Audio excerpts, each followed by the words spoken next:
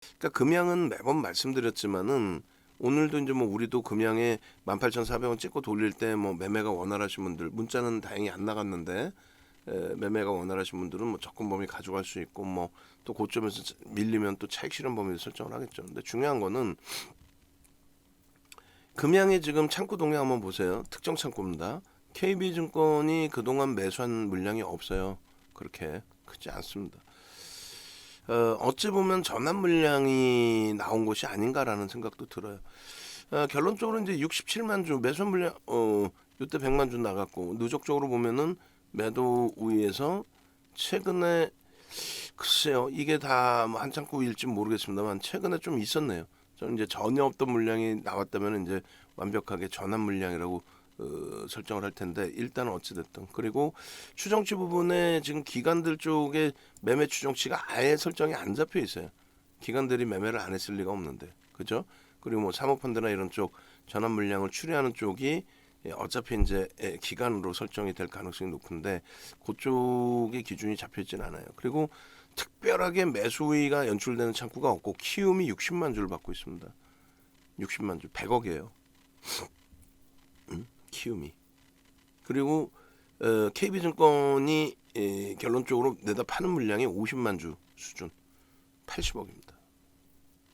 그러니까 어찌 따지면 아주 단순한 거예요. 시가총액이 1조를 넘겼던 종목이고 뭐 시장에서 굉장히 큰 화두가 되는 종목인데 결국은 그 100억이라는 돈이 굉장히 큰 돈이죠. 그러면 작다라고 해도 작을 수 있는 돈이 이 종목이나 전체 시장에서는 무슨 말이냐면은 그 정도 금액 그러니까 뭐 금양 같은 경우는 모르는 사람도 별로 없을 뿐더러 이제는 단타 특히 단타 치시는 분들은 누구나가 이제 다 들여다보고 알 수 있는 종목의 기준이 된다라는 거죠.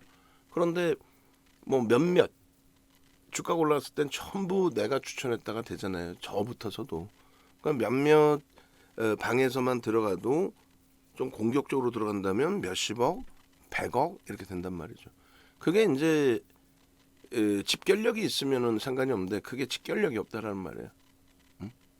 그렇다고 뭐 투매를 무조건 동참하는 것도 아니지만 어쨌건 결론은 그 100억이라는 금액 가지고도 20%씩의 등락이 뭐 아래로도 이렇게 튀어나올 수 있다. 그러니까 굉장히 리스크 관리가 중요하고 그나마도 이제 뭐 1, 2천억짜리 이런 종목보다는 시가총액이 조 단위 쪽의 종목이 그나마도 좀 낫다라고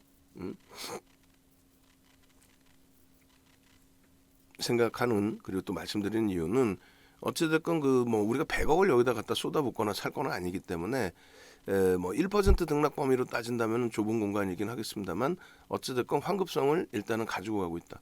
무슨 말이냐면은 거래 대금이 있고 호가창이 채워져 있기 때문에 환급성은 그나마 일부 가지고 있다. 그거를 좀 말씀드립니다. 뭐 어떤 말씀을 드려도 뭐 그 와닿지도 않고 귀에 들어오시지도 않을 그런 상황인데 일단은 금양 쪽의 특정 창구의 매도 때문에 좀 조정이 깊은 거고 뭐 고르게 전체가 다 매도를 하는 게 그게 더 오히려 안 좋은 거예요. 고르게 다 매도한다는 거는 누구나가 다 부정적으로 인식을 한다는 기준이 되거든요. 두 번째로 많이 밀린 이제 2차 전지 폐배터리 쪽은 세비캠이 되는데 이쪽도 신규 상장주의 보호 해수가 이제 풀려 나간 흐름의 기준이 된단 말이에요. 근데 이쪽은 여기에 대한 공포감이 확산되는 거죠. 얘는 지금 거래가 터졌어요, 안 터졌어요? 터진 겁니다. 얘는 왜?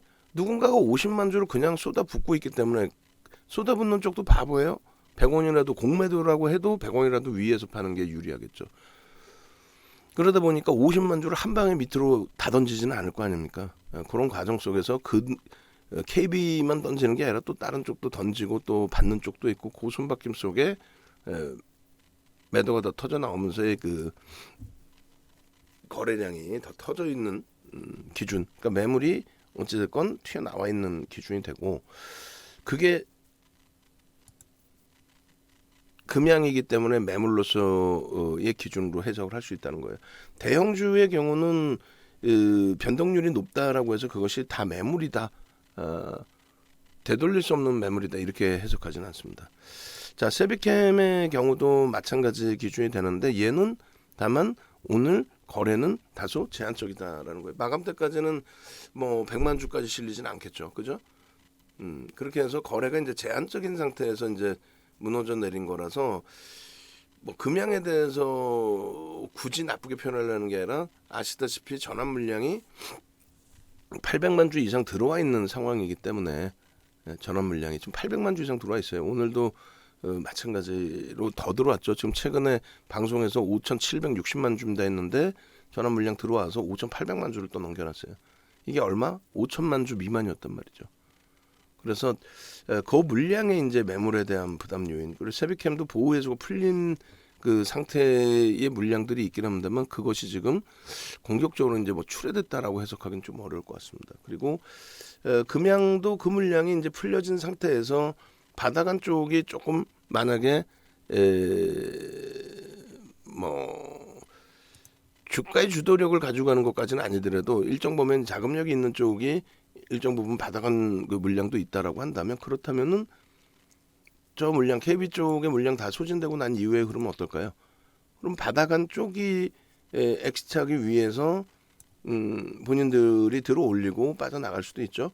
그러니까 그거를 놓고 보기 위해서 캔들을 보고 이평선을 보고 거래량을 보는 겁니다. 그래서 캔들의 뭐 오늘 기준에서 일봉만 놓고 보면은 답이 안 나오겠지만은 뭐 분봉이라든가 그죠? 분봉으로 놓고 봤을 때 어느 지점에서 양봉으로 돌리고 그게 거래가 실린 양봉이고 그게 연속성을 가져가면은 이동평균선의 분봉 이동평균선의 추이가 바뀌고 그러면 이제 그때를 바닥으로 인식하고 잡아내면서 결국은 세력이 사서 돌려진다 이런 식으로 이제 해석을 하는 거. 결국은 이제 수급을 놓고 보기 위한 기준이 되는 거죠. 세비캠도 그렇게 나와야 되고 세비캠은 그나마 뭐 금양 쪽보다는 물량에 대한 그 부담 요인이 그나마도 조금 제한적인 부분이 있다. 이렇게 해석을 좀 해드릴 수 있을 것 같아요. 그러니까 결국은 이제 지금의 기준에서는 2차 전지 폐배터리 관련해서 이제 아무래도 조정이 맨 처음에 나왔던 거는 강세를 떴던 거는 성일하이텍이 들어올리다 밀린 거고 조정을 이끌어냈던 건 금양에서부터 가장 먼저 조정이 세게 나온 거죠. 그렇게 되면서 거기에 세비캠이 연동이 돼 있었고 그 다음이 뭐 코스모화학 그리고 성일하이텍의 마이너스 반전 그리고 에코프로까지 하락으로 연동이 된 부분입니다. 그래서 그렇게 이제 기준점을 찾으면 될 것 같아요. 그래서 금양이 이제 심리적으로는 얘가 가장 먼저 돌려야 되는 게 맞고 심리적으로는 그리고 힘의 강도로서는 들 빠져 있다라는 것은 그만큼 상대적으로 뭐 수급이든 심리든 기술적인 부분에 있어서는 방어가 되고 있다라는 거죠. 그럼 얘가 이제 더 빠르게 움직이면서 금양의 낙폭을 줄여주는 역할을 할 수도 있습니다. 그러니까 금양과 성일하이텍 이 두 종목의 기준에서의 방향성의 기준을 좀 설정하는 게 맞을 것 같아요.